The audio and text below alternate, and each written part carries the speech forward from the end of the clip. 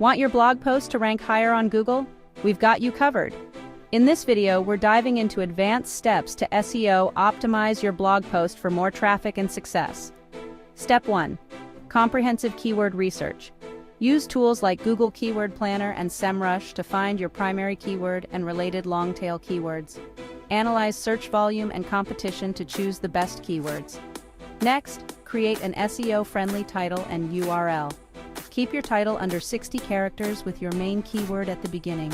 Ensure your URL is short, descriptive, and includes the primary keyword. Don't forget the meta description and tags.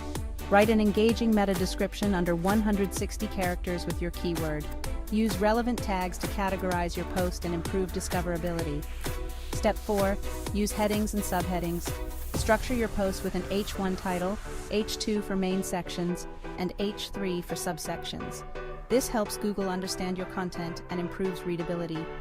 Now focus on high-quality, engaging content. Ensure it's well-researched, easy to read, and valuable.